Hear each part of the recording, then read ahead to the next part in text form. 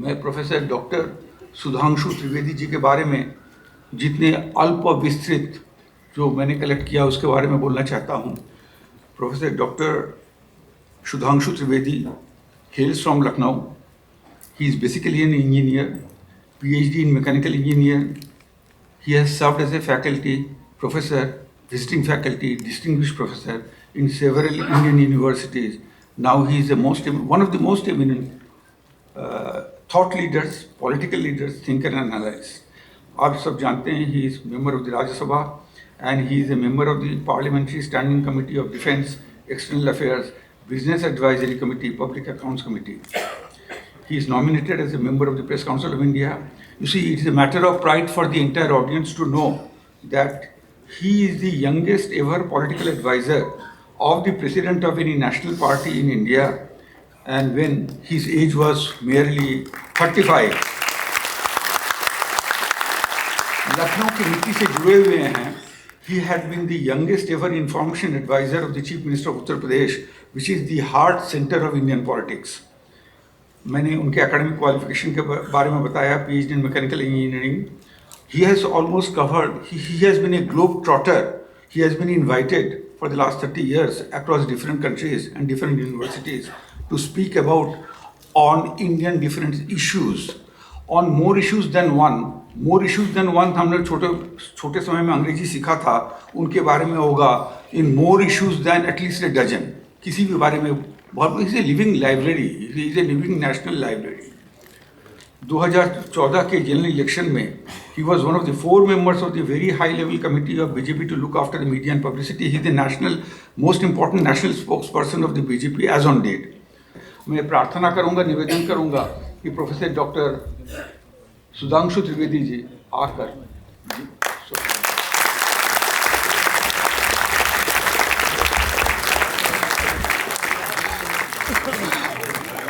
समकालीन भारतीय राजनीति के सर्वाधिक प्रबुद्ध और शालीन नेताओं में से एक, जिनके आदेश पर मुझे यहाँ प्रस्तुत होना पड़ा, आप सबके आदरणीय राज्यसभा के उपसभापति आदरणीय हरिवंश जी, यहाँ के लोकप्रिय सांसद, और यह संयोग देखिए कि जिस समय भारत की सेना ने अप्रतिम शौर्य का परिचय ऑपरेशन सिंदूर में दिया, उस समय रक्षा राज्य मंत्री आपके रांची से हैं, ऐसे आदरणीय संजय सेठ. राज्यसभा में हमारे साथ रहे आदरणीय महेश पोद्दार जी, और जिनकी स्मृति में आज हम सब यहां एकत्र हुए हैं, स्वर्गीय प्रेम कुमार जी, उनकी पत्नी श्रीमती पुष्पा देवी पोद्दार जी, उनके पुत्र श्री पुनीत पोद्दार जी, पोद्दार परिवार के सभी सदस्य और इस सभागार में उपस्थित अनेक गणमान्य सांसद और पूर्व सांसद आदरणीय मनीष जायसवाल जी, आदरणीय सुबोध कांत शाह जी, आदरणीय अजय मारू जी, आदरणीय सरयू राय जी, और इस सभागार में उपस्थित सभी सम्मानित बहनों और भाइयों, आज हम सब जिनकी स्मृति में विचार करने के लिए एकत्र हुए हैं, जैसे अभी आदरणीय हरिवंश जी ने चर्चा करते हुए, प्रेम कुमार जी के विषय में चर्चा करते हुए एक शब्द बोला था. उन्होंने कहा था कि 1970 के दशक में जैसे फिल्में थी, आनंद थी, मिली थी, उनको देख के कभी कभी लगता था कि जीवन के इस संघर्ष के काल में भी कोई व्यक्ति कैसे जीवंत रूप से जीवन जीता रह सकता है, समाज में अपना सहयोग देते हुए. तो उन्होंने उस संदर्भ में प्रेम कुमार जी की स्मृति की थी. तो मुझे भी याद आया कि आनंद फिल्म में एक डायलॉग था कि बाबू मोशाय, जिंदगी लंबी नहीं बड़ी होनी चाहिए. तो मैं कह सकता हूं कि प्रेम कुमार जी ने बड़ी जिंदगी जी, लंबी भले ही ना हो, क्योंकि हमारे शास्त्रों में भी कहा गया है, मुहूर्तमपि ज्वलनम हि श्रेयो न धूमायुतुम चिरम. देखिए, यहां सभी हमारे सम्मानित संत वृंद बैठे हैं, और उनके समक्ष मैंने यह पंक्ति इसलिए कही कि हमारे जो सभी सम्मानित संत हैं वो भारतीय परंपरा के इस भाव से परिचित हैं कि मुहूर्त मात्र के लिए प्रज्वलनशील जो अग्नि की ज्वाला होती है, वो जगत का कल्याण और देवताओं तक समिधा ले जाने का काम करती है। बहुत लंबे समय तक धधकता हुआ भूसे का ढेर जगत का कल्याण नहीं कर पाता है। इसीलिए कहा गया मुहूर्तिमं ज्वलनम हि श्रेयो न धूमायुतम चिरम। तो मुझे लगता है कि प्रेम कुमार जी ने अपने जीवन को उस रूप में जिया। और सबसे बड़ी बात, उन्होंने जिस प्रकार की सामाजिक कल्याण के कार्य किए, ये भारत की उस महान परंपरा का प्रतीक है जिस परंपरा में हमारे यहां, शायद अब बहुतों से लोगों को शायद ये इस बात का पता हो या ना पता हो, यदि जिसके पास धन होता था, सारे धनिक सेठ नहीं कहे जाते थे। सेठ शब्द श्रेष्ठ शब्द से बना है। श्रेष्ठ कौन माना जाता था? आजकल फॉर्च्यून 500 कंपनीज निकलती हैं कि साहब इनकी नेटवर्थ इतनी है, इतने हजार करोड़ की है, इतने हजार करोड़ की। हमारे यहाँ वो नहीं माना जाता था। श्रेष्ठ वो माना जाता था जिसका कैपिटल बड़ा नहीं है, जिसने कितने धर्मशाला बनवाए, कितने प्याऊ बिठवाए, कितने पाठशाला बनवाए, कितना मंदिरों में भंडारा किया, कितने उपवन बनवाए। अर्थात जिसे आज CSR, कॉर्पोरेट सोशल रिस्पॉन्सिबिलिटी कहते हैं, हमारे यहां तो वही सबसे बड़ा बेंचमार्क होता था किसी भी धनी मानी व्यक्ति के समाज में सम्मान का, और उसे ही फिर श्रेष्ठ कहा जाता था। श्रेष्ठ से ही श्रेष्ठ सेठ शब्द बना है।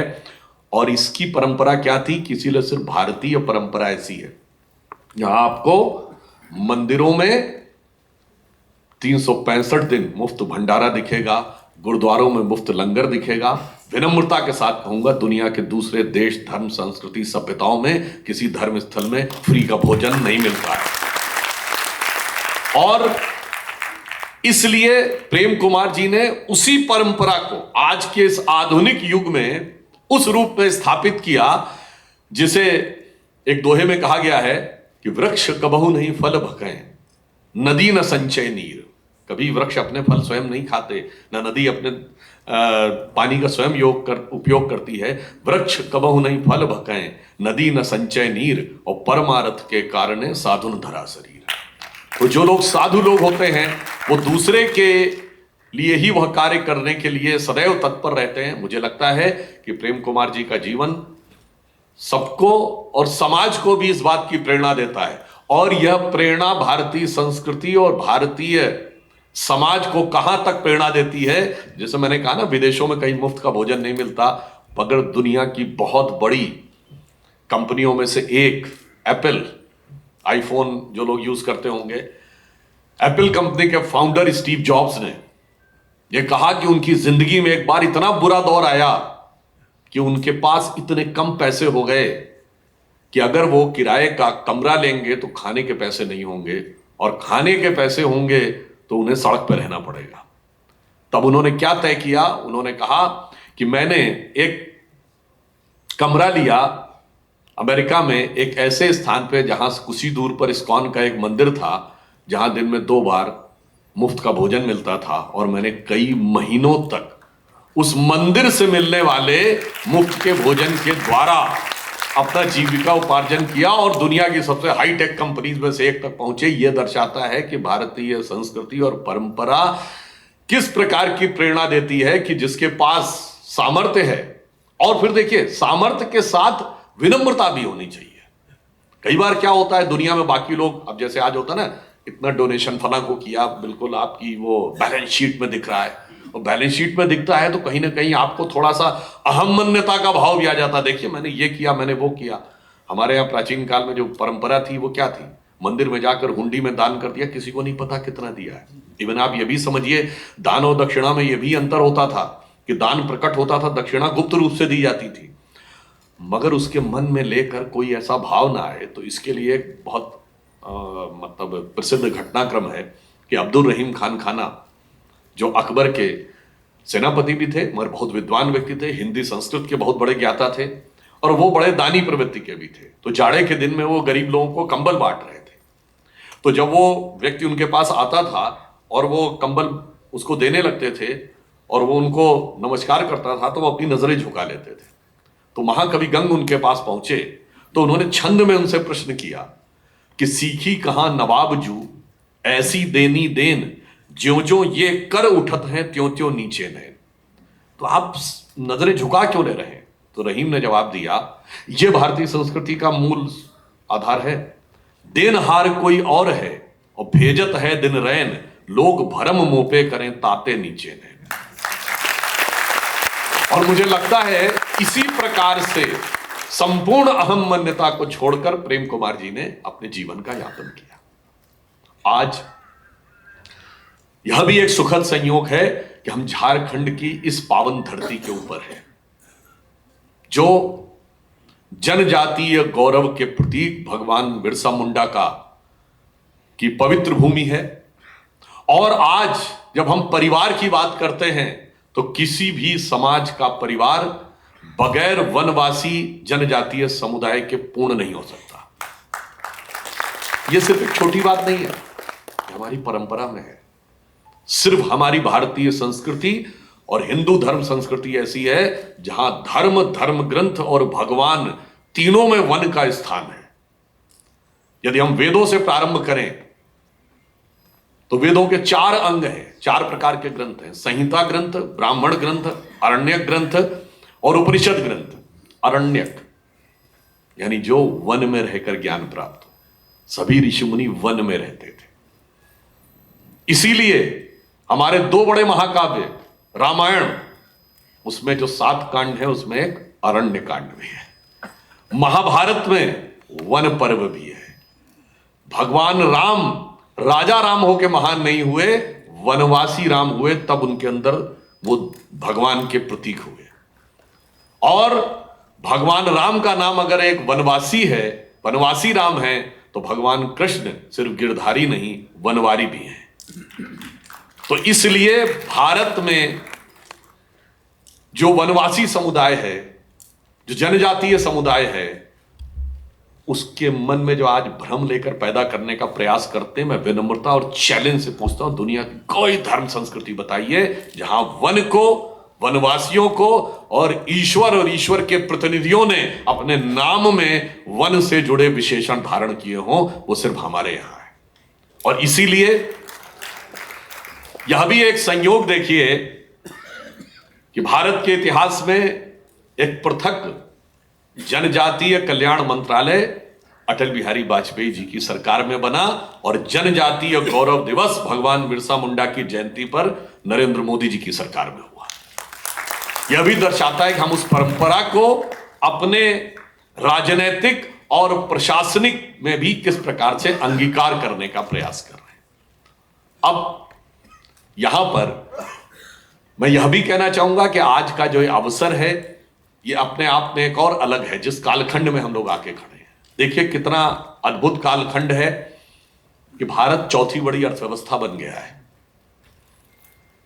चौथे बड़ा स्टॉक एक्सचेंज बन गया है, तीसरा बड़ा सिविल एविएशन का सेक्टर बन गया है, तीसरा बड़ा ऑटोमोबाइल मैन्युफैक्चरिंग का सेंटर बन गया है, दूसरा बड़ा मोबाइल हैंडसेट का मैन्युफैक्चरर बन गया है।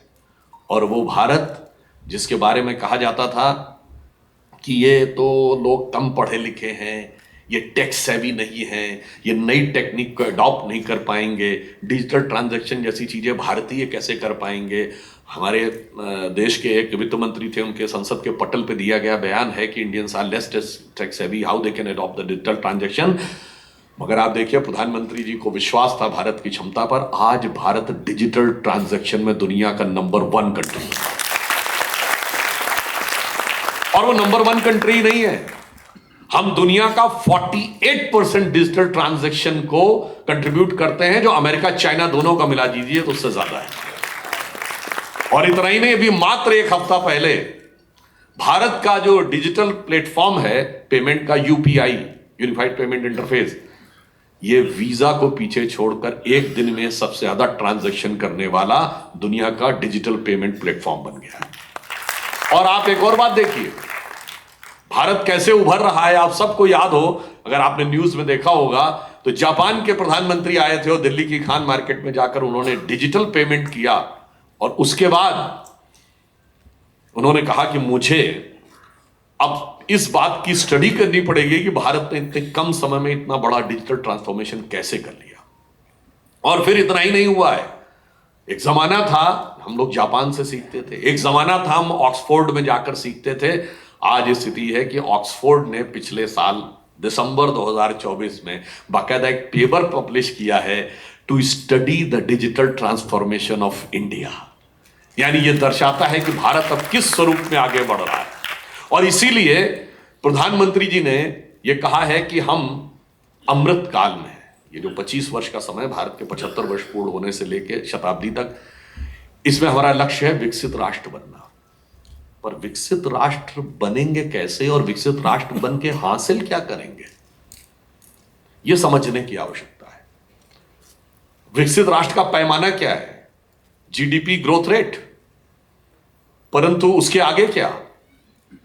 आप सबको मैं कहना चाहूंगा कि दुनिया में बहुत सी एजेंसीज रैंकिंग करती हैं हैप्पीनेस इंडेक्स। हैप्पीनेस इंडेक्स में इस साल शायद सबसे नंबर 1 पे डेनमार्क देश आया है।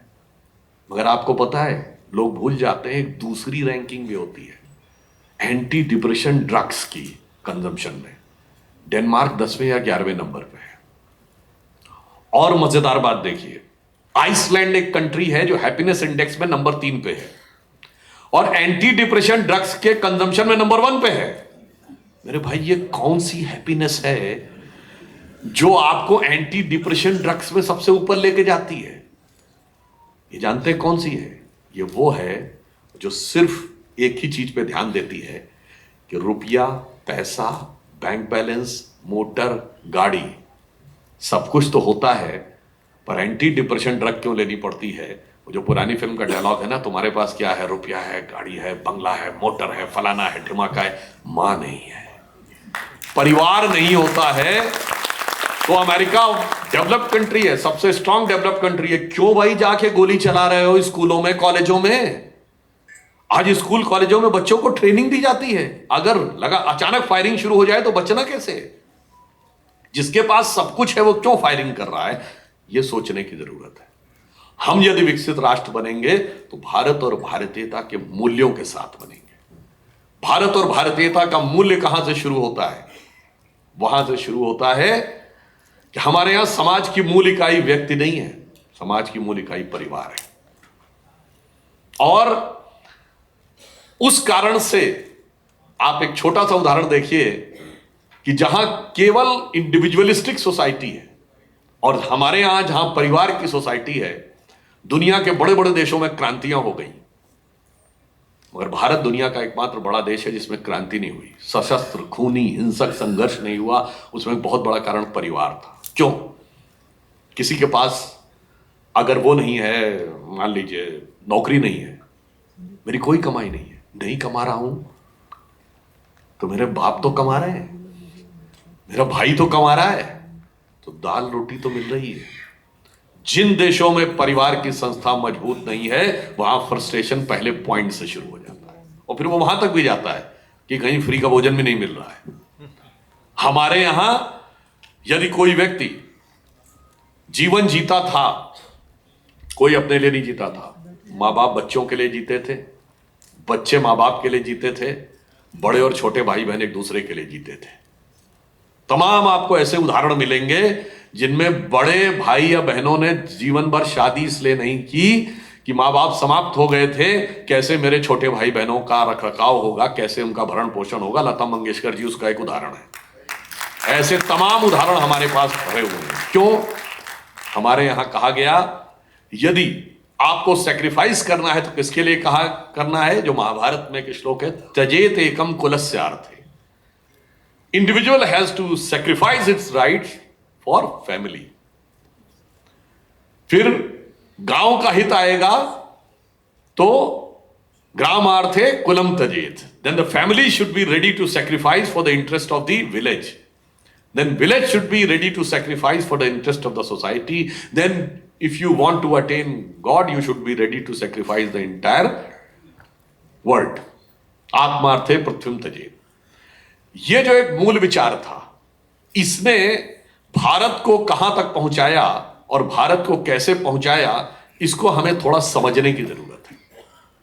जो परिवार का सामाजिक संस्कारित पक्ष है वो तो एक अलग है, इसका आप एक प्रैक्टिकल प्रभाव देखिए। आर्थिक पक्ष क्या है? आप सोचिए कोई व्यक्ति बिजनेस एंटरप्रेन्योरशिप शुरू करना चाहे तो सबसे पहले उसे क्या चाहिए? Seed capital. सीड कैपिटल अगर विदाउट इंटरेस्ट मिल जाए या वेरी लो इंटरेस्ट में मिल जाए तो nothing can be like that. दूसरी चीज क्या चाहिए? अब आपके पास पैसा तो आ गया, कोई आपको गाइड करने वाला हो कि कौन कौन सी गलतियां हो सकती हैं, कौन कौन सी सावधानियां हो सकती हैं, जरा इसका ध्यान रखना। और तीसरी चीज क्या हो सकती है कि जब वेल्थ आ जाए तो उसका प्रॉपर यूटिलाइजेशन क्या करना है, कैसे उसका सही और सकारात्मक प्रयोग करना है, वो बताना हो। अब आप छोटी सी बात देखिए, जब संयुक्त परिवार होते थे, खासकर व्यापारी समुदाय में अगर आप देखें, संयुक्त परिवार होते, इनिशियल सीड कैपिटल चाहिए तो कहां से चाहिए? तो कुछ पैसा आपने अपना लगाया, फिर कोई आपका भाई लगाता था, कुछ पिताजी देते थे, कुछ मामा, चाचा, फूफा, ताऊ, सबने आपको कुछ सीड कैपिटल दे दिया, and that is by and large without interest. अब बिजनेस शुरू हुआ, अब आदमी नया है तो उससे गलती हो सकती है, तो क्यों कहा जाता था परिवार के बड़ों के दिशा निर्देश में ही चलना है? क्योंकि उनके पास एक्सपीरियंस है। तो क्या होता था, वो आपको एक्सपीरियंस बताते थे कि प्रॉफिट होने लगा, फिर भी अब बेटा इसके आगे मत जाना, इसमें लालच मत पड़ना, इसके आगे खतरा हो सकता है। Then they become your crisis manager. और फिर जब आपके पास धन आ गया तो धन को कैसे खर्च करना है? हमारे धर्मशास्त्रों में क्या कहा गया? धनात् धर्मः तथा सुखम, विद्या ददाति विनयम, विनयम ददाति पात्रताम, पात्रताम धनम प्राप्नोति, धनात् धर्मः तथा सुखम। धन जो धर्म के मार्ग से व्यय होता है वही सही दिशा का कारक बनता है। तो आप समझिए, संयुक्त परिवार होगा तो व्यापार भी बढ़ेगा और संस्कार भी बढ़ेगा, दोनों ही चीजें, जिसे आज वेस्टर्न सोसाइटी में कम्युनिटी नेटवर्क कहते हैं। You develop a community together, then you share your experiences, then you involve in the seed capital. मेरे भाई, हमारे यहां तो सब कुछ परंपरा से है, और इसीलिए जो धर्म के मार्ग से नहीं व्यय करते हैं और संस्कार के मार्ग से नहीं व्यय करते हैं, इसीलिए भारत में आपको ऐसे अनेक परिवार मिलेंगे जो 6-6, 7-7, 8-8, 10-10 पीढ़ी से अच्छी आर्थिक स्थिति में है और समाज में सकारात्मक भूमिका निभा रहे हैं। वेस्ट में आप 3 पीढ़ी का कोई परिवार दिखाइए, 3 या 4 पीढ़ी का, क्योंकि धन के साथ कुछ समस्याएं भी हैं। एक पीढ़ी धन कमाती है, दूसरा उसका विस्तार करती है, और तीसरी आते आते कोई ना कोई एक ऐसा उसके अंदर ऐब आ जाता है कि वो उसको लुटाना शुरू कर देती है। कोई ना कोई दुर्गुण आ जाता है, उसे लुटाना शुरू कर देती है। इसलिए वेस्ट में आपको तीसरी चौथी पीढ़ी के बाद का कोई व्यक्ति आसानी से नहीं मिलेगा जिन्होंने अपनी परंपरा का पालन किया हो। जिसके अंदर लाइटर नोट, बचपन में मैंने एक चुटकुला सुना था कि एक व्यक्ति बहुत अमीर था, उसका मित्र उसे कुछ साल बाद मिला तो वो काफी पैसा उसका खो चुका था। उसने कहा, इतने कम समय में तुमने इतना पैसा कैसे, तुम्हारा कहां चला गया इतना पैसा? तो उस जमाने में याद है आपको, वो घोड़ों की रेस पे दांव लगाते थे लोग। तो उसने मुंह लटका कर कहा कि यार मेरे पास पैसा तो बहुत था, पर क्या बताएं, सारा पैसा सुस्त घोड़ों और तेज औरतों के चक्कर में चला गया। ये मैं इसलिए आपको बताना चाहता हूं कि यदि संस्कार नहीं होते हैं तो कहीं ना कहीं कुछ ना कुछ आपके ऊपर ऐसा प्रभाव आ जाएगा।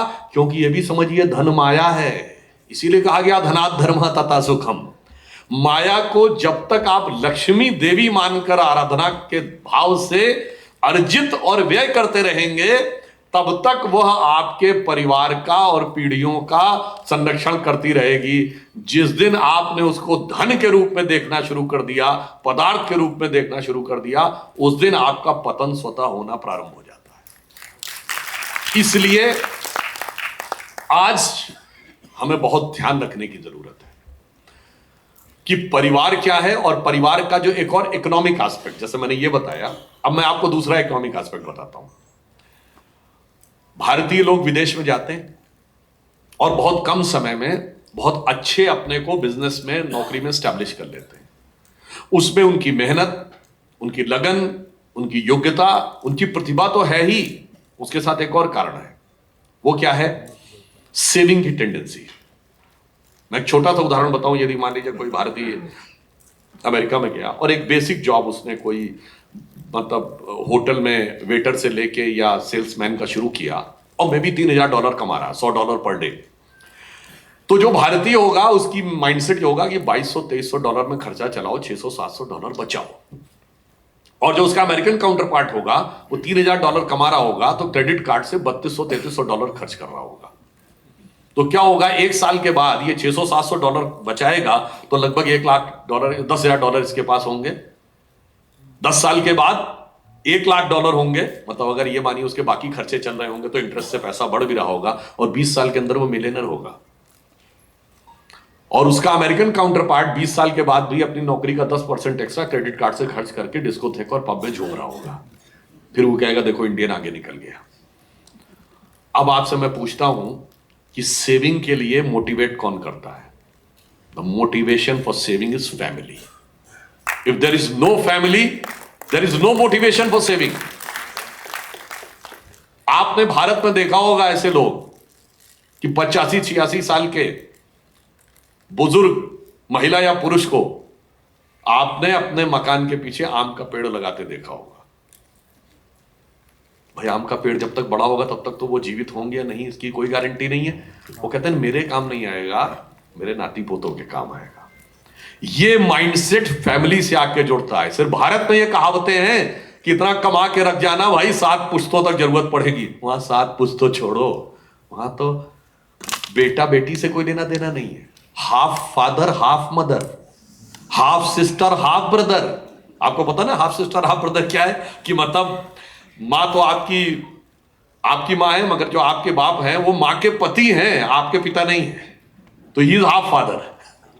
तो जो उनके बच्चे हैं वो आपके हाफ ब्रदर हैं, हाफ सिस्टर हैं। इसीलिए एक बार हम लोग बहुत साल पहले अमेरिका गए थे, तो सुदर्शन जी जो संघ के सरसंघचालक थे, उन्होंने अपने एक स्पीच में बड़ी मजेदार बात कही कि अमेरिका में तो ऑन एन एवरेज हर व्यक्ति 4, 5, 6, 7 शादियां करता है जीवन में। तो ना परिवार से कमिटमेंट है, ना पति पत्नी से एक दूसरे से कमिटमेंट है, ना बच्चों से कमिटमेंट है।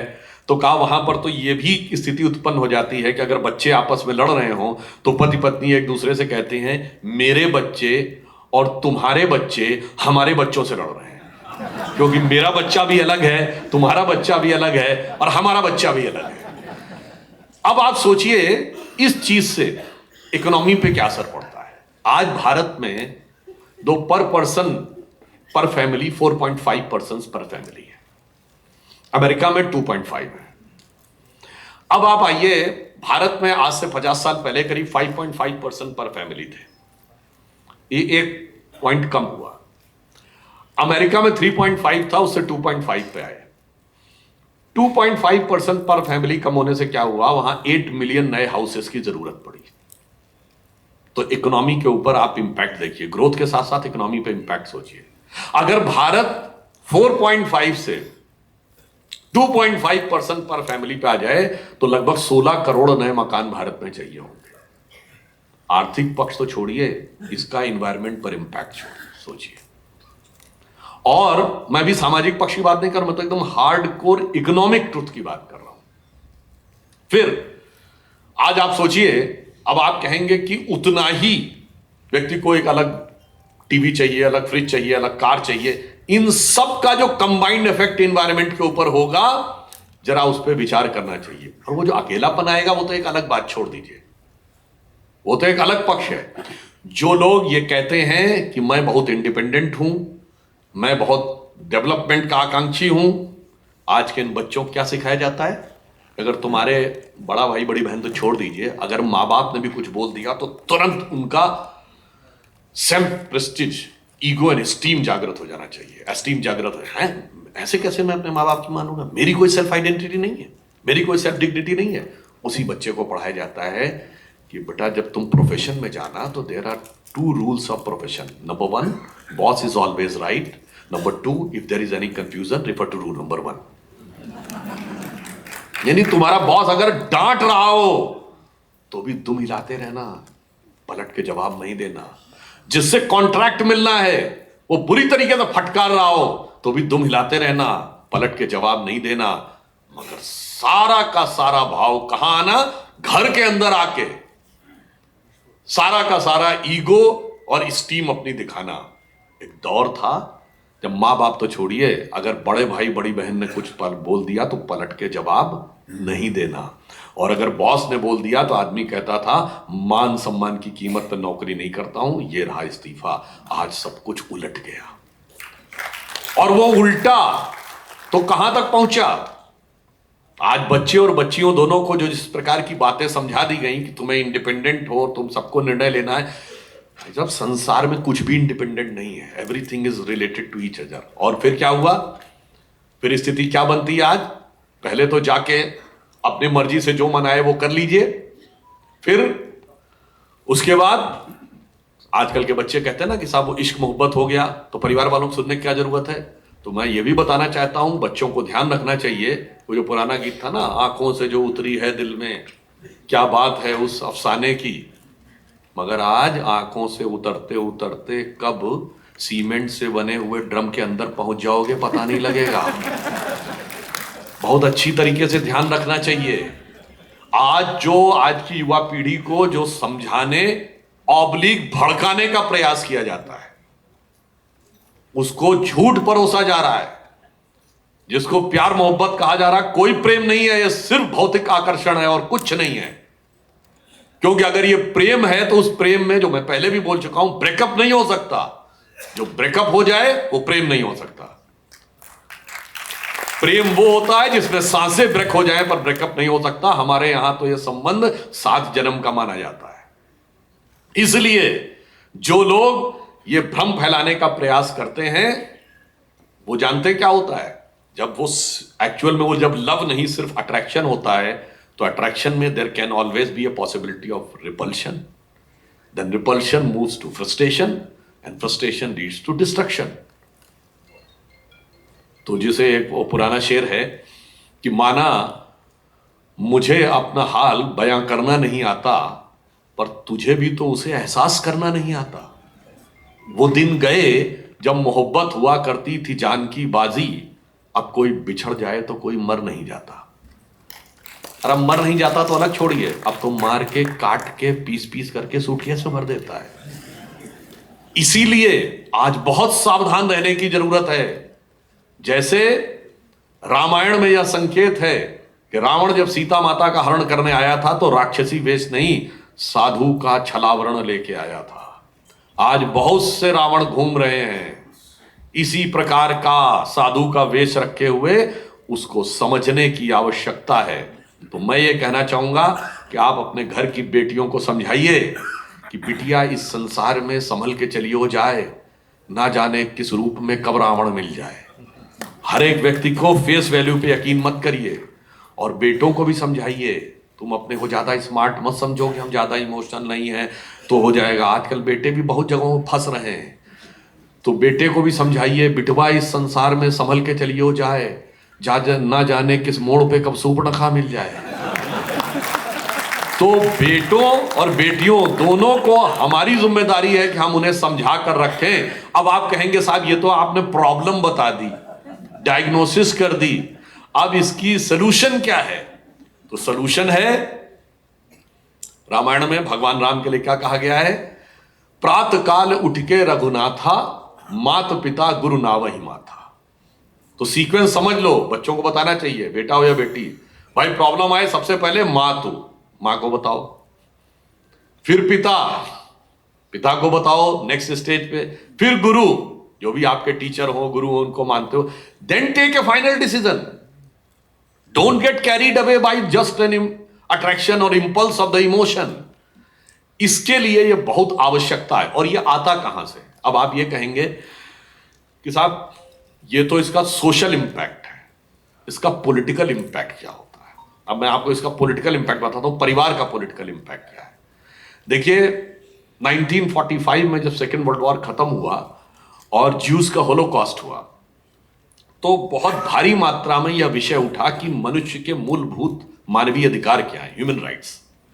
क्योंकि ह्यूमन राइट्स को लेकर बड़ी चिंता हुई कि भाई इस ढंग से गैस चैम्बर्स में डाल के मरवा दिया गया लोगों को, ऐसा हुआ। वैसे मैं एक और बात कहना चाहूंगा, अगर ज्यूज का होलोकॉस्ट हुआ था तो विभाजन विभीषिका भी एक होलोकॉस्ट से कम नहीं थी, मगर अफसोस कि हमने उसको कभी आंखों से स्वीकार नहीं किया, क्योंकि उसमें भी 10 लाख लोग माने गए थे और लगभग 1.5 से 1.25 करोड़ लोग 6 महीने में घर बार छोड़ के इधर से उधर गए थे, which is the biggest exodus in the documented history of mankind. मगर तो विचार हुआ कि मनुष्य के मूलभूत अधिकार माने क्या जाए जिसके द्वारा सबके अधिकार सुनिश्चित हो सके। मतलब मेरा अधिकार दूसरे के जीवन की कीमत पर नहीं हो सकता, मेरा अधिकार दूसरे के कष्ट की कीमत पर नहीं हो सकता। तो उस समय दुनिया की जितनी बड़ी बड़ी शख्सियत थी सबको पत्र लिखा गया, तो महात्मा गांधी को भी पत्र लिखा गया। महात्मा गांधी का उत्तर सबसे अलग था। उन्होंने कहा, उनका उत्तर गंभीरता से उस वाक्य को गौर करिएगा, उन्होंने कहा my illiterate but wise mother has told me, यानी मेरी अशिक्षित परंतु विवेकशील मां ने मुझे बताया है। उन्होंने इंग्लिश में लिखा, my illiterate but wise mother has told me that if you want to ensure everybody's fundamental rights, in my opinion there are no basic fundamental rights, there can only be the basic fundamental duties by which everybody's right can be ensured। अब आप कहेंगे ये तो बड़ी सैद्धांतिक philosophical सी बात लग रही है, व्यवहारिक कहां है? ये व्यवहारिक शुरू होती है भारत के परिवार से। परिवार में माँ बाप पहले बच्चे का भरण पोषण करते हैं, पहले अपने अधिकार की बात नहीं करते कि तुम मेरा सम्मान करो, पहले उसका कर्तव्य निभाते हैं, फिर बच्चा बड़ा होकर सम्मान करता था। बच्चा भी माँ बाप के प्रति कर्तव्य निभाएगा, माँ बाप की आज्ञा का पालन करेगा।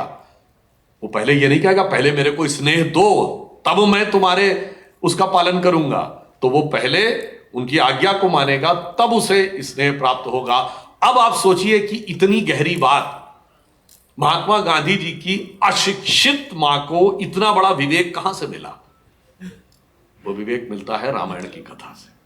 रामायण की कथा देखिए, हर स्थान पर सिर्फ और सिर्फ कर्तव्य है।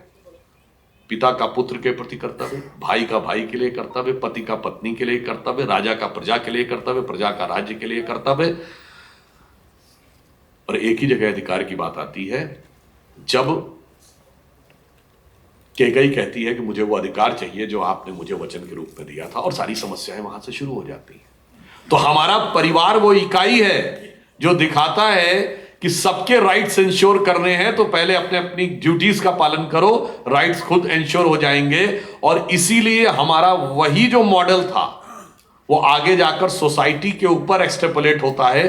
समाज का हर वर्ग दूसरे के लिए कर्तव्य का पालन करता है। जो धनी वर्ग है वो ये इंश्योर करता है कि सबके पास रोटी कपड़ा मकान रहना चाहिए। अगर मार्क्सवाद की आप बात करते हैं, मार्क्सवाद देखना है तो सिर्फ भारतीय और हिंदू धर्म संस्कृति में दिखता है, जो मैंने बताया कि जहां पर समाज के सबसे गरीब वर्ग के लिए देखने, उदाहरण के लिए हम कोई ये नहीं कह रहे कि जो इंडियन ने लिखा है, चाइनीज यात्री वेनसोंग भारत आया 7वीं शताब्दी में, उसने हर्षवर्धन के राजा कन्नौज के लिए लिखा कि प्रयाग के महामोक्ष परिषद में जाकर उन्होंने इतना दान किया कि जब लोग कम हो गए तो उन्होंने एक एक करके अपने आभूषण दान किए, फिर एक एक करके अपने सारे कीमती वस्त्र दान किए और एक सफेद धोती लपेट कर वो चले आए। एक फॉरेनर ने लिखा है भारत के बारे में, दैट्स हाउ सोसाइटी सबके राइट्स को इंश्योर करती थी। मगर आज क्या हो गया, कर्तव्य पीछे हो गया और राइट्स को लेकर जो संघर्ष था वो हमारा बढ़ता चला गया, और उसकी वजह से समाज के अंदर एक नई प्रकार की चुनौतियां उभर के सामने आ रही हैं। आज एक सुनियोजित षड्यंत्र है भारतीय परिवारों को ध्वस्त करने के लिए। उसका एक कारण यह भी समझिए, वेस्ट की सोसाइटी का कॉन्फ़िगरेशन है individual and then direct society, no institution in between. भारतीय सोसाइटीज का कॉन्फ़िगरेशन बिल्कुल अलग है, individual, then a very strong institution family, माता पिता बच्चे, then another very strong institution जिसको आप अपना परिवार खानदान कहते हैं, मामा चाचा फूफा ताऊ, then in a very strong institution caste, then comes the class, then comes the society. ये जो इंटरमीडिएट इंस्टीट्यूशंस थे हमने इसको इग्नोर किया, वो बीच में अपना प्रभाव दिखाने लगे। वन मैन वन वोट है, मगर उन्होंने परिवार को तो इग्नोर किया था। देखिए आ गया बेटा बेटीवाद, फिर भाई भतीजावाद, फिर परिवारवाद, फिर जातिवाद। इसीलिए महात्मा गांधी ने कहा था कि जो व्यवस्थाएं हम अपना रहे हैं ये भारतीय परंपरा के अनुरूप हैं या नहीं, अन्यथा इनको भारतीय परंपरा के अनुरूप एडजस्ट करना चाहिए। और आप देखिए न करते हुए भी वो चीजें खुद ब खुद उभर कर सामने आती चली जा रही हैं। अब मैं आपको ये बताना चाहता हूं कि जब हमने कहा कि एक इंस्टीट्यूशन के रूप में फैमिली उभर कर सामने आती है और षड्यंत्र क्या है। आज जितने एडवर्टीजमेंट आज आप देखिए, हर एडवर्टीजमेंट में एक 7-8 साल का बच्चा या बच्ची अपने माँ बाप को ज्ञान देता हुआ दिखाई पड़ रहा है। ये परिवार को तोड़ने की एक व्यवस्था है, ताकि जब वो बड़े होंगे तो उनके दिमाग में पहले से रहे कि मेरे माँ बाप को कुछ थोड़ी पता था, सब कुछ मुझे ही पता था। और उसके बाद आप देखेंगे, जो मैं एक बार उदाहरण पहले भी बोल चुका हूं, जब ये भारत की इकोनॉमी ओपन हुई 1991 में, आपने कभी ध्यान दिया हो, अभी 1-2 साल पहले मिस वर्ल्ड का खिताब या मिस यूनिवर्स का खिताब हरनाज कौर संधू को मिला था। उससे पहले 1994 से 2003 के बीच में कम से कम 7-8 भारतीय महिलाओं को मिस वर्ल्ड मिस यूनिवर्स मिला। उसके बाद 2003 के बाद सन्नाटा हो गया, और उससे पहले 1966 या 64 में रीता फारिया को मिला। तो आपके मन में कभी ये प्रश्न नहीं उठता कि खूबसूरत लड़कियां भारत में केवल 1994 से 2003 के बीच में होती थी, ना उससे पहले ना उसके बाद? जरा इस बात को गंभीरता से समझिए। 91 में भारत की अर्थव्यवस्था ओपन हुई, और उस समय ना हमारा फाइनेंशियल इंफ्रास्ट्रक्चर इस लायक था, ना हमारा फिजिकल इंफ्रास्ट्रक्चर लायक था कि पैसा कहां से आएगा, लिक्विडिटी ऑफ मनी कहां से आएगी। तो बाकायदा इस पे एक कोलंबिया यूनिवर्सिटी में रिसर्च पेपर पब्लिश हुआ, जो लंबे समय तक फाइनेंस मिनिस्ट्री की वेबसाइट पर भी रहा, 90 के दशक तक। उसमें उन्होंने कहा कि जो भारतीय परिवार हैं, इनकी एवरेज हाउस होल्ड सेविंग्स लगभग 19-20% है।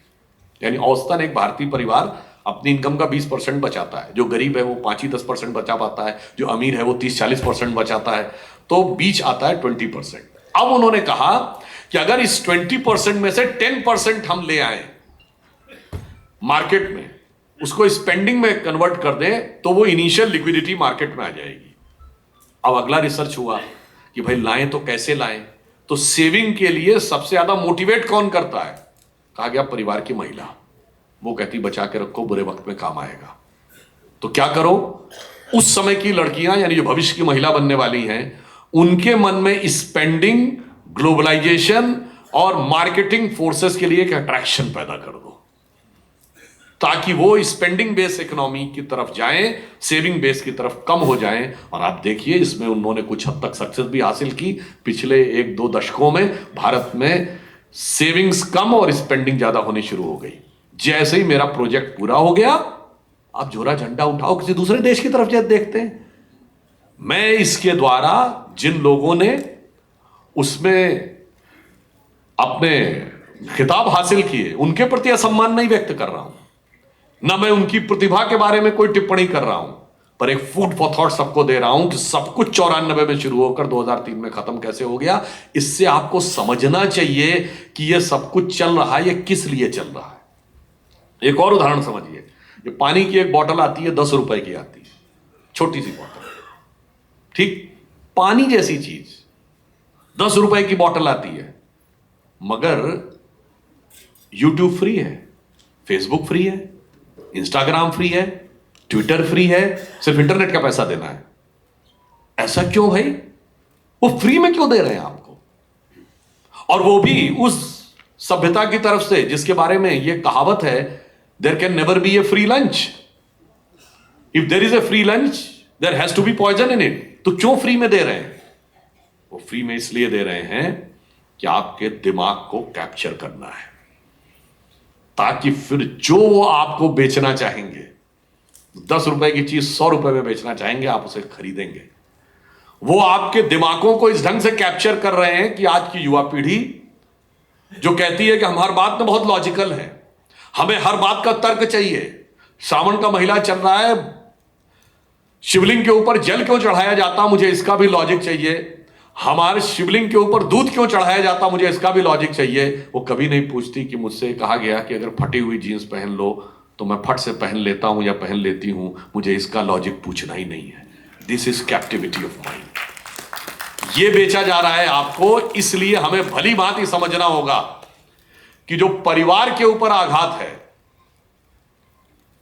वो एम फैक्टर की वजह से है। मार्केट फोर्स, मैकॉले फोर्सेस, जो भारत की सभ्यता संस्कृति को नष्ट करके पूरी तरह अंग्रेज बनाना चाहते हैं, और Marxist forces, ultra left ideology जो नास्तिक बनाना चाहती है। क्यों? अगर आपको नास्तिक बनाना है तो पहला रेजिस्टेंस परिवार से आता है। परिवार के लोग कहते हैं अरे भाई ये क्या कर रहे हो। अगर मार्केट फोर्स, क्यों, जितना टूटोगे उतना कंजम्पशन बढ़ेगा, ठीक।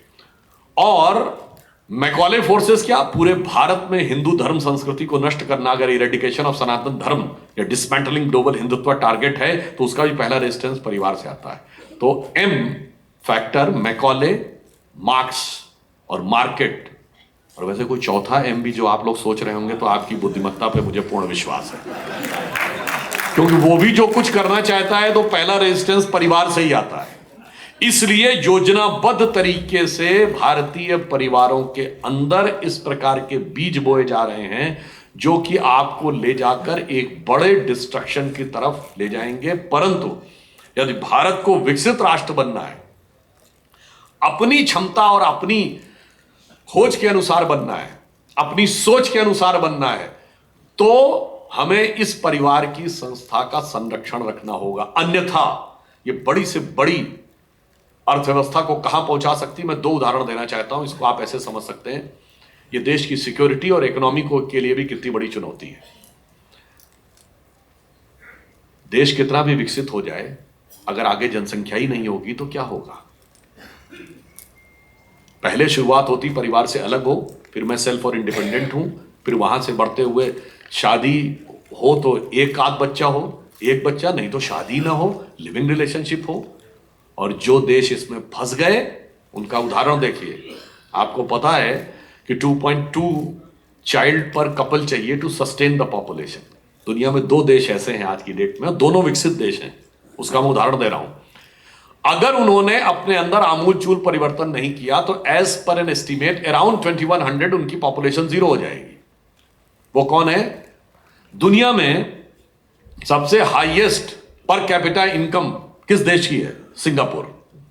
सिंगापुर में ग्रोथ रेट 0.97 है, पॉपुलेशन बहुत कम है। तो देयर इज अ फियर कि if they have not taken any corrective measure by 2100 उनकी पॉपुलेशन विल बी जीरो। तो भैया इस गाड़ी बंगले का होगा क्या? Second, south Korea, it's also a developed country, 0.72 है पॉपुलेशन ग्रोथ रेट। उनके साथ भी यह खतरा है कि 2100 आते आते अगर उन्होंने कोई आमूलचूल परिवर्तन नहीं किया तो वो जीरो के आसपास आ जाएंगे। China, one child policy adopt कर ली। अब आप चाइना में जाइए, वहां भी क्या हो गया? आ गया पूरा लिबरलाइजेशन, भौतिकवाद आ गया। शादी करने की जरूरत ही नहीं, शादी करो तो बच्चे पैदा करने की जरूरत नहीं, अब तो शादी नहीं करने की जरूरत है। आज 2016 में डबल चाइल्ड पॉलिसी, 2022 में 3 चाइल्ड पॉलिसी, उसके बाद पॉपुलेशन नीचे जा रही है। शादी करने के 6 महीने बाद अथॉरिटीज फोन कर करके पूछती हैं आप कब बच्चा प्लान कर रहे हैं, हम आपको ये छूट देंगे, फ्लैट लेने में छूट देंगे, नौकरी में छूट देंगे, टैक्स में। उसके बाद किसी को जरूरत नहीं है। तो आप ये समझिए। और दूसरी तरफ वो यूरोप, जहां पर निरंतर पॉपुलेशन गिर रही है यूरोप के देशों की, और अमेरिका में देखिए, अमेरिका में सोशल सिक्योरिटी सिस्टम आया। देखिए ये सब क्या हो रहा है, और हमारे यहां भी उस ढंग की चीजें आ गई। फैमिली में इंटरफेरेंस सरकार का। भाई ये कहा गया कि तुम चिंता मत करो, तुम बूढ़े हो जाओगे, तुम्हें अपने बच्चों केयर करने के बूढ़े हो जाओगे, हम हैं ना, हम सोशल सिक्योरिटी सिस्टम तुमको दे रहे हैं। ये सोशल सिक्योरिटी सिस्टम जो प्रेजेंट आया रोनाल्ड रीगन के जमाने में आया 82 में। उस समय बहुत बड़े इकोनॉमिस्ट थे मिल्टन फ्रीडमैन। उन्होंने आगाह किया अमेरिकी सरकार को, don't nationalise the family, family को नेशनलाइज मत करो वरना इसके बड़े भारी दुष्परिणाम भविष्य में होंगे। उन्होंने इसको इग्नोर किया, और जब आपने सोशल सिक्योरिटी दे दी तो इंडिविजुअलिज्म पीक पे चला गया। आज भारत में भी क्या हो रहा है, हर चीज को ऐसा शिथिल कर दिया गया, लड़ो, खूब आराम से लड़ो, भाई भाई लड़ो संपत्ति के लिए, पति पत्नी लड़ो, बाप बेटे लड़ो, सब आपस में लड़ते रहो। अमेरिका में क्या हुआ लास्ट ईयर, आप जाके चेक करिएगा, 2024 फर्स्ट ईयर है जब सोशल सिक्योरिटी पे डिपेंडेंट पॉपुलेशन 50% हो गई है। अब वहां 50% पॉपुलेशन वो है जो काम कर रही है, और 50% वो पॉपुलेशन है जो काम ही नहीं कर रही है, वो सोशल सिक्योरिटी पे डिपेंडेंट है। अब चूंकि वहां पॉपुलेशन बूढ़ी ज्यादा हो रही है, तो आने वाले डिकेड्स में सोशल सिक्योरिटी डिपेंडेंट पॉपुलेशन का जो राइज होगा वो क्या होगा? वो लीनियर नहीं होगा, एक्सपोनेंशियल होगा। तो एक एस्टिमेट के हिसाब से आफ्टर 25 ईयर्स अमेरिका की social security liability can be around between 60 to 62 trillion dollars, which is twice the present GDP of America. आप सोचिए कितने बड़े आर्थिक भंवर की तरफ वो देश आगे बढ़ते चले जा रहे हैं जिन्होंने परिवार को तोड़ दिया। वो सारी लाइबिलिटी देखिए, इमोशनली क्या हुआ, संस्कार में क्या हुआ छोड़िए, मैं तो प्योर कह रहा हूं मेरे भाई, तुम इमोशन को नहीं मानते, अर्थव्यवस्था को देख लो, तोड़ दिया तो क्या हुआ। और इसलिए हमारे यहां प्रधानमंत्री मोदी जी ने क्या कहा कि जिस समय हम प्रधानमंत्री आवास योजना देंगे तो उन्होंने कहा कि उसमें परिवार का जो मुखिया होगा, जिसके नाम पर रजिस्ट्री होगी, वो परिवार की महिला को बनाया जाएगा। और आज 2/3 जो प्रधानमंत्री योजना है 4 करोड़ मकान में, आधे से ज्यादा वो परिवार की महिला के नाम पे। क्यों? ताकि परिवार को जोड़ा जा सके।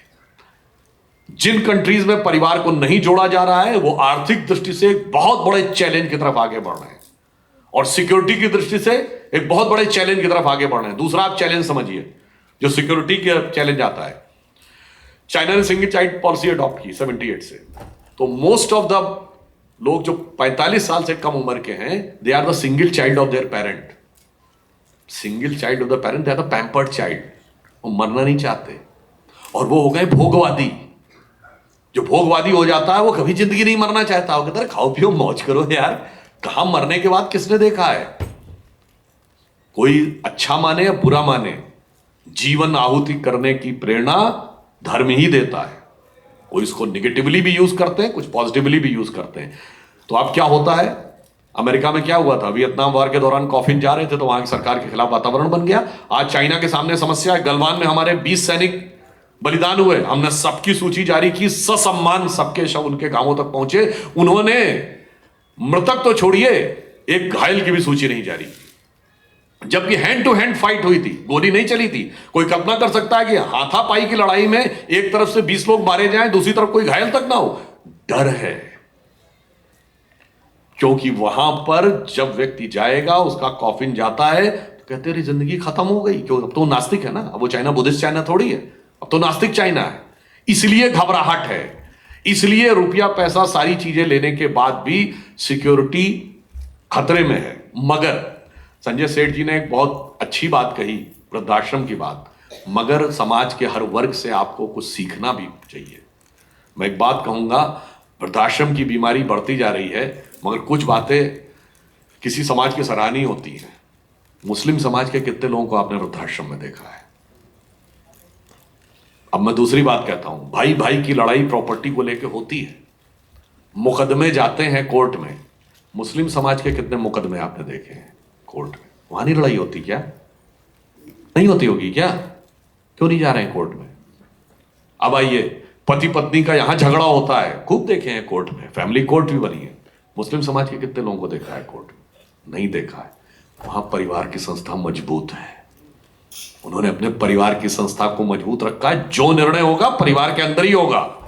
जैसे एक दौर था हमारे यहां भी, भाइयों में बंटवारा है, चाचा ताऊ बैठ के जो तय कर देंगे पिताजी के जाने के बाद वही फाइनल होगा, बाकी कुछ नहीं होगा। अब आप इस षड्यंत्र को और भी गहराई से समझिए। फिल्मों में क्या बताया जाता है, ये हमारे वो हीरो हीरोइन बताते हैं कि हमारी जो वो है वो जिंदगी वो कोई माँ बाप की जागीर है। हीरो या हीरोइन की जो माता या पिता होंगे वो विलेन ही होंगे। आप इसको गहराई से समझिए किस ढंग से।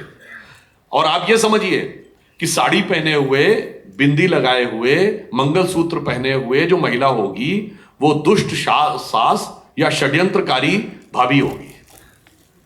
परिवार को तोड़ने के लिए आपके सबकॉन्शियस माइंड्स में किस ढंग की चीजें भरी जा रही हैं उसको आप समझिए। और साथ देने वाला कोई बाहर का व्यक्ति होगा। और संस्कारों को यहीं पे नहीं खत्म किया जा रहा है। प्रोफेसर सनकी होगा, वीरू सहस्त्रबुद्धे टाइप, ठीक। पढ़ने वाला व्यक्ति जो डिवोटेड स्टूडेंट होगा वो मूर्ख और नॉन स्मार्ट होगा, चतुर्मुख महालिंगम टाइप। और क्लास बंक करने वाला बढ़िया साइंटिस्ट होगा, और चोरी और पॉकेट मारी करके वो व्यक्ति हीरो होगा, कहेगा मैं गरीबों में बांट देता हूं। ये एक लेफ्ट एजेंडा है जो दिमागों में भरा जा रहा है टू ब्रेक द फैमिली। इसलिए मैंने आपसे कहा कि हमें इस चीज को बहुत गंभीरता से समझने की जरूरत है कि हमारे परिवार की संस्था पर किस प्रकार से किस किस तरीके से आघात हो रहे हैं, और संपूर्ण देश तभी विकसित हो पाएगा जब भारत अपने परिवार के हिसाब से, अपने संस्कार के हिसाब से विश्व को नेतृत्व देगा। और मैं फिर यहां पे अंत में एक और बात भी कहना चाहता हूं, दुनिया में सब जगह संस्कृति खत्म हो गई, फैमिलीज खत्म हो गई, सिर्फ हमारे यहां बचे। आज हम वर्ल्ड की फास्टेस्ट ग्रोइंग इकोनॉमी नहीं है, we are the biggest country in the world in terms of population, and we are also the youngest country in the world. सबसे यंगेस्ट पॉपुलेशन हमारे यहां है, but this is not full truth, this is half truth. We are the biggest country, we are the youngest country, but we are the oldest civilization, we are the oldest surviving civilization of the world. आप China से शुरू करिए, Mesopotamia, Greece, वहां से लेके रोम, Inca, माया, asterisk सब खत्म हो गए। इतिहास की किताबों में हम एकमात्र जीवंत सभ्यता है, और इसीलिए जब भारत का उदय होगा तो यह विश्व को एक ऑल्टरनेटिव मॉडल देगा, समाज से लेके और विश्व तक। वो ऑल्टरनेटिव मॉडल क्या होगा? जब समाज, आप परिवार में सहिष्णुता होगी, आप दूसरे के लिए कर्तव्य का पालन करेंगे, तो अंतरराष्ट्रीय स्तर पर भी सहिष्णुता होगी। जैसे भगवान राम, चारों भाइयों में एक प्रेम है, और वैसे ही पूरे दुनिया को भी जीतने के बाद उन्होंने रावण पे कब्जा करने का प्रयास नहीं किया। और यहां पर एक और बात समझिए, अंत में एक पॉइंट और कह दूं, इसके पीछे एक साइंस भी है, आप माने या ना माने। पहले तो आप ये समझिए कि हमारे संस्कार कैसे थे परिवार को लेकर, फिर आपको साइंस का भी एक पॉइंट बता के विषय को समाप्त करता हूं। हमारी ये संस्कृति है जहां 4 भाई थे, राम, लक्ष्मण, भरत, शत्रुघ्न। एक पिता के एक वचन पे राजपाट छोड़ के वन जाने को तैयार, दूसरा लक्ष्मण उनके साथ वन जाने को तैयार, तीसरा भरत जिसको राज मिला वो कह रहा मैं शासन नहीं करूंगा, खड़ाऊ रख के शासन करूंगा, और मैं राजधानी में प्रवेश ही नहीं करूंगा, तो मैं बाहर रहूंगा। तो चौथा शत्रुघ्न, वो कहता है राजा तो भरत हैं, परंतु मैं एक व्यक्ति को तो राजधानी में रहना होगा, तो मैं रहूंगा। That's how you get connected। अब मरे हुए पिता को या पितरों को पानी क्यों दिया जाना चाहिए, यह भी मैं बताता हूं लास्ट में साइंटिफिक बात कह के, ताकि आप चाहें ना परिवार को माने तो भी आप उससे जुड़े हैं। 2020 में जो फिजिक्स का नोबेल प्राइज मिला है वो 3 साइंटिस्टों को मिला, उसमें एक ऑस्ट्रियन है, एक फ्रेंच है, एक अमेरिकन है। किस चीज को प्रूव करने के लिए? Quantum entanglement. क्वांटम इंटेंगलमेंट जिन्होंने फिजिक्स पढ़ी होगी उन्हें पता होगा, जिनको ना पढ़ी हो तो उन्हें इतना पता होना चाहिए कि इस प्रकृति में यदि एक कोई पार्टिकल है और इससे 2 पार्टिकल बन गए, यानी अलग हो गए, तो ये इंटेंगल्ड पार्टिकल है। तो अगर इंटेंगल्ड पार्टिकल में एक पे एक्शन होगा तो दूसरे पे ऑटोमेटिक रिएक्शन होगा, इररिस्पेक्टिव ऑफ डिस्टेंस। ये आइंस्टीन की थ्योरी ऑफ रिलेटिविटी ने कहा। When you are talking about irrespective of distance, it doesn't mean 100-200 kilometre, it means anywhere in the universe। अगर वो 100 लाइट ईयर्स दूर होगा, 100 मिलियन लाइट ईयर्स दूर होगा, तो भी रिएक्शन हो जाएगा। आइंस्टीन ने ये कहा था कि ये थ्योरी में तो दिख रहा है, ये प्रैक्टिकल कभी नहीं होना चाहिए, अन्यथा ये यूनिवर्स भुतहा हो जाएगा। पर 2020 में क्वांटम इंटेंगलमेंट प्रूव हो गया, इसीलिए उन 3 साइंटिस्टों को नोबेल प्राइज दिया गया। मगर मैं यहां कहना चाहता हूं कि शायद आइंस्टीन भारतीय संस्कृति को थोड़ा सा समझे थे। अगर वो पूरी तरह समझें तो ये बताता है, इसका अर्थ क्या हुआ, ये यूनिवर्स भुतहा नहीं है। अगर आप अपने पूर्वजों के इंटेंगल्ड पार्टिकल हैं, इसको तो मानने में किसी को कोई वो नहीं, तो अगर आपने उनको कोई चीज तर्पण की, एक्शन हुआ एक इंटेंगल्ड पार्टिकल पे, तो ऑटोमेटिक रिएक्शन होगा दूसरे इंटेंगल्ड पार्टिकल पे एनीवेयर इन द यूनिवर्स। वो किसी ग्रह पे हो, किसी आकाशगंगा में हो, ब्रह्मांड के किसी छोर पे हो, उन तक वो पहुंच जाएगा। तो ये ब्रह्मांड भुतहा नहीं है, ब्रह्मांड जीवंत है, इट्स अ लाइव। यहां पे साइंस को सोचना पड़ेगा, ये आपका साइंटिफिक डॉगमा है, the universe is dead, the universe is alive. क्योंकि अलाइव में ही शरीर में एक जगह सुई चुभती है, तुरंत माइंड पे ऊपर रिएक्शन पहुंचता है।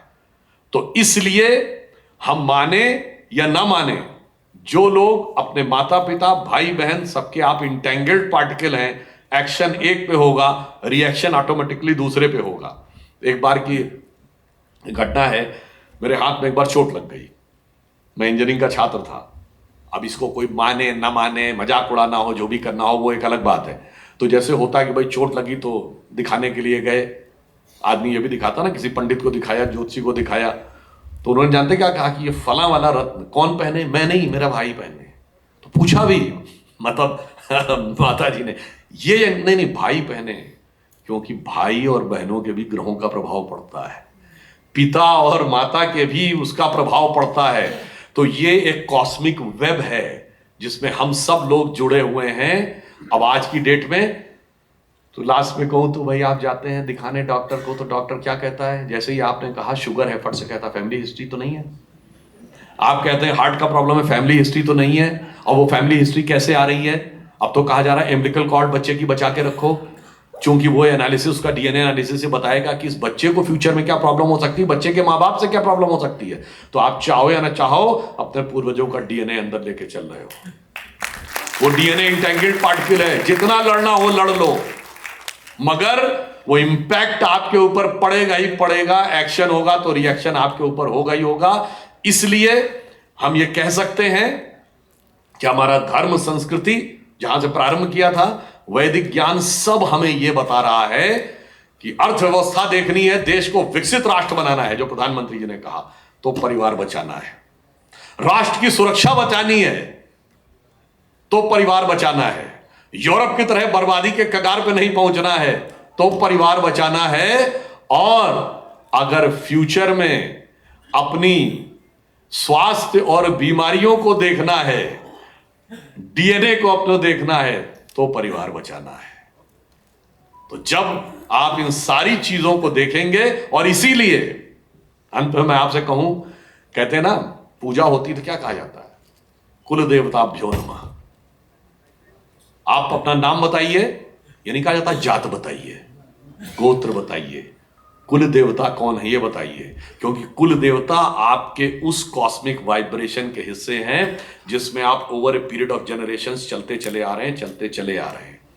इसलिए मैं आश्वस्त हूं कि जो प्रधानमंत्री जी ने कहा है कि भारत विकसित राष्ट्र बनेगा, और उस विकसित राष्ट्र का आधार कौन सा ज्ञान बनेगा? जो अटल जी की कविता, बड़ी प्रसिद्ध कविता है, हिंदू तन मन हिंदू जीवन, रग रग हिंदू मेरा परिचय, उसका ही एक छंद है कि मैं अखिल विश्व का गुरु महान, देता विद्या का अमर दान, मैंने दिखलाया मुक्ति मार्ग, मैंने सिखलाया ब्रह्म ज्ञान, मेरे वेदों का ज्ञान अमर, मेरे वेदों की ज्योति प्रखर, मानव के मन का अंधकार क्या कभी सामने सका ठहर, मेरे स्वर नभ में गहर गहर, सागर के जल में छहर छहर, इस कोने से उस कोने तक कर सकते जगती सौरभ में, हिंदू तन मन हिंदू जीवन, रग रग हिंदू मेरा परिचय। और इसलिए आप आश्वस्त रहिए। प्रधानमंत्री जी ने कहा ये 25 वर्ष का जो कालखंड है, ये प्लान है जो 1000 वर्ष तक भारत का मार्ग प्रशस्त करेगा। तो हम वो हैं जिनके पास 25 वर्ष की योजना है और 1000 साल आगे भारत की दृष्टि है और हजारों साल पुराने भारत का से प्रेरणा है। तो बस वर्तमान को संभालिए। एक गौरवशाली भूत यानी भूतकाल, पास्ट, हमें प्रेरणा दे रहा है। स्वर्णिम भविष्य हमारी प्रतीक्षा कर रहा है। सावधानी सिर्फ वर्तमान में रखनी है। तो जिसे कहना चाहूंगा, गौरवशाली था भूत, भविष्यत भी महान है, अगर संभाले आप उसे जो वर्तमान है। धन्यवाद।